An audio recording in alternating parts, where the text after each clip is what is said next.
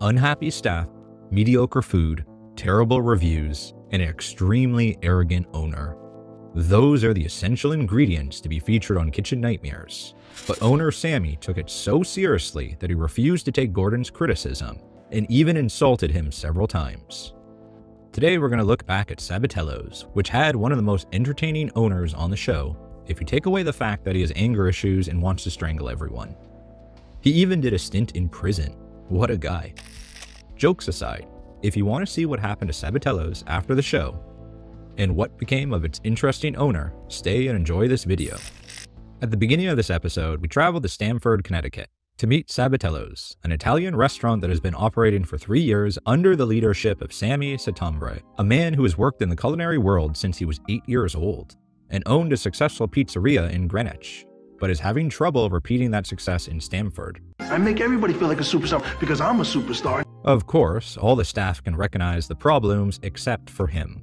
And he better hurry up and do something because he's $1 million in debt.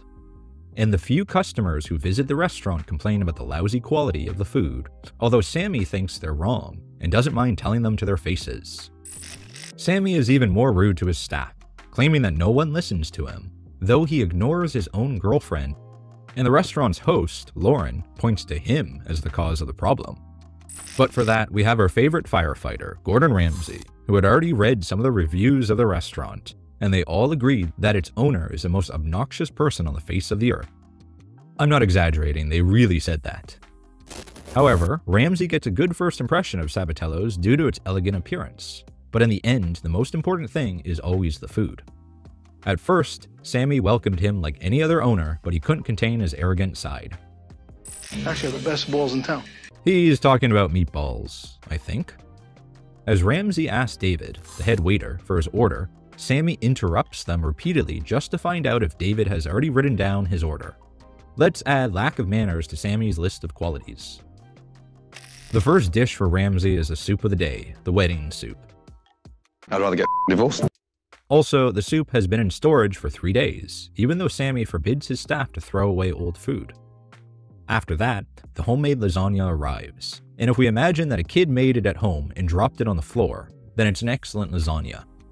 But for being served in a fine restaurant and made with ground beef that might as well be dog food, it's not a good lasagna at all. Finally, Sammy's last hope arrives, the New York strip steak, but it's tough and greasy. After that disappointing food tasting, Gordon heads to the kitchen to meet Chef Jose, who reveals to him that they usually freeze lasagnas. Here's a guy from Scotland. You know about lasagna. Could it be because he's a world-renowned chef? Sammy starts to get annoyed with Ramsay's opinions, as he is 100% sure that his food is good. I have to say, he doesn't seem to be saying this for pride. He really thinks his food is the best. It's amazing his level of denial. He's still alive and we didn't shoot him? Sammy representing the mafia, proud of his roots. The next day, Ramsay inspects the kitchen, and while it looks spotless at first glance, he soon finds raw chicken next to cooked chicken in a refrigerator. And you know how dangerous that can be. But of course, Sammy didn't know that was a problem either, and to think he worked in restaurants his whole life. At dinner service, Ramsay discovers that the restaurant offers sole stuffed with imitation crab meat. But guess what? Sammy doesn't see a problem with that either. You're making me look horrible.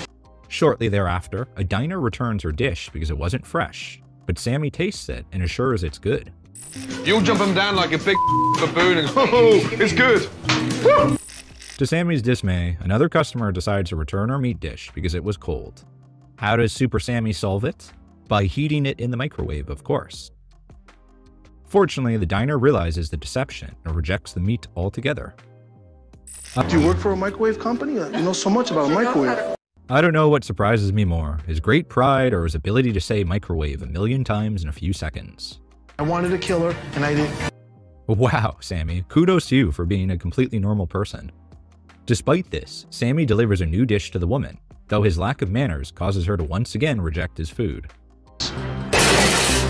And he better not see the comments on Yelp, for bloggers' own safety. Sammy gets so upset that he orders the kitchen closed immediately, regardless of any pending orders. I wanted to strangle the customers tonight. Even if Ramsay manages to save his business, I'd be afraid to go eat at that place. As Sammy continues his tantrums, Lauren is forced to apologize for his behavior towards the customers, something she had sadly grown accustomed to. Ramsay therefore scolds Sammy, making it clear to him that the main problem at Sabatiello's is him. People come here because of me. By this point, I'm starting to believe that Sammy acts that way on purpose. You know, taking advantage that the whole country will see it. Did you forget anything? That's it? So all this is about me. The next day, Sammy seemed ready to fight, although Gordon surprises him with a series of photos from his youth, in hopes that he will remember what he once was, a young chef full of dreams with a successful restaurant. In addition, Sammy remembers his older brother, Benny, who got him started in the culinary world but sadly died 17 years prior. In there. That's Sammy. Not today's Sammy. Fortunately, Sammy reconnected with the past and vowed to improve his behavior to save his business. But will he keep his word? We'll see. After that, Gordon teaches the staff how to prepare a good, fresh, authentic lasagna along with a filet mignon carved at the table.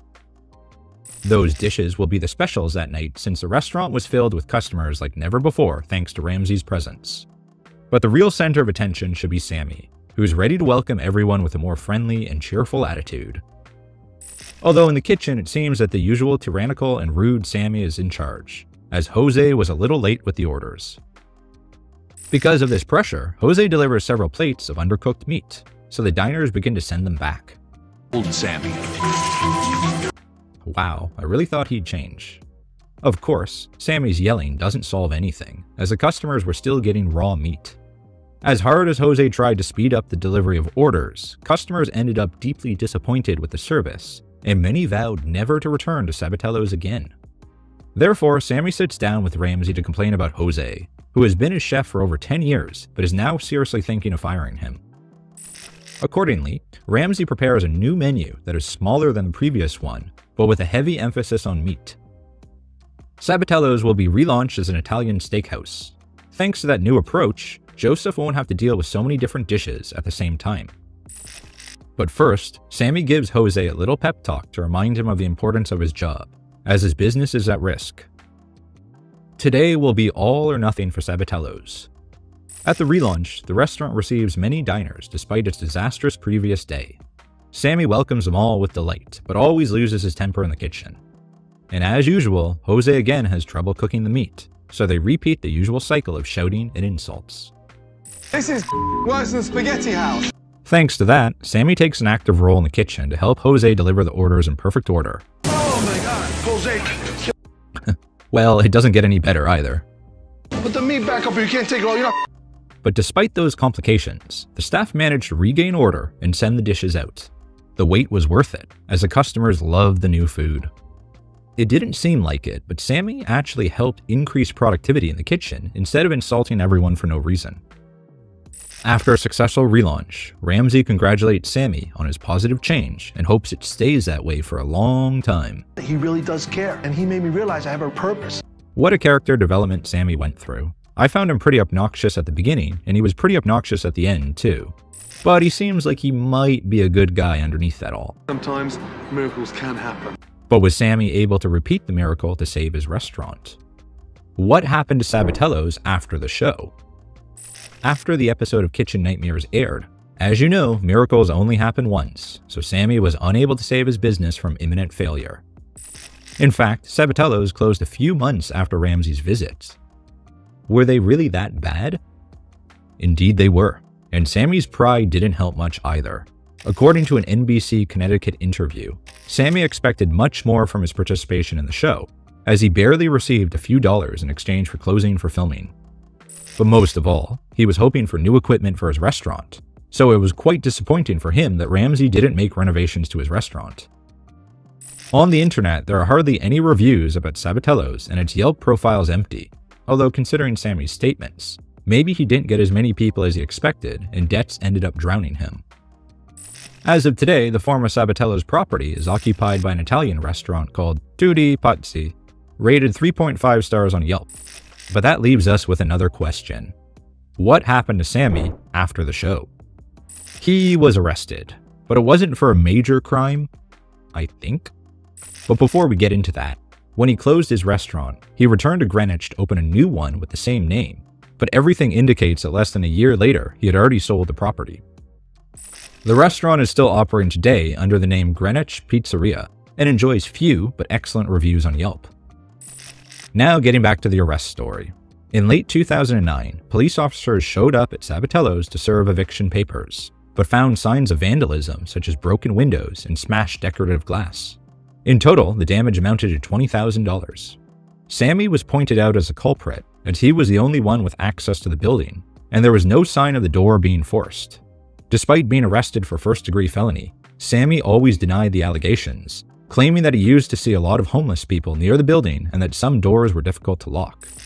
Sammy was released shortly thereafter on a promise to appear in court, but a week later he was charged with felony larceny, as he had accepted multiple payments from several companies to set up Christmas parties at the restaurant, even though he knew they were about to close. The most serious charge came from a company that gave the restaurant a credit card, and Sammy spent $20,000 on that card before his business closed. The resolution of those criminal charges is unclear, and there's not much information about Sammy's current situation either. Or is there? You can find his profile on Facebook though, and while there are too many fake accounts about Kitchen Nightmare owners, Sammy's account looks legit based on the photos. But the real question is, did Sammy continue to work in the restaurant business? Not only did he continue to work in that business, but he acquired a new restaurant, the Italia on Hudson, located in New York. The place enjoys 3.8 stars on Yelp, although it was closed for unknown reasons. Apparently, it was quite recent, as the last review was from January 2023. In the comments, most agree that the food was excellent, but there are mixed opinions about the prices of the dishes, and of course, about Sammy. While one described him as a great guy, others thought he was a show-off who was killing the restaurant. Maybe they were right as the restaurant closed, but we can't confirm anything.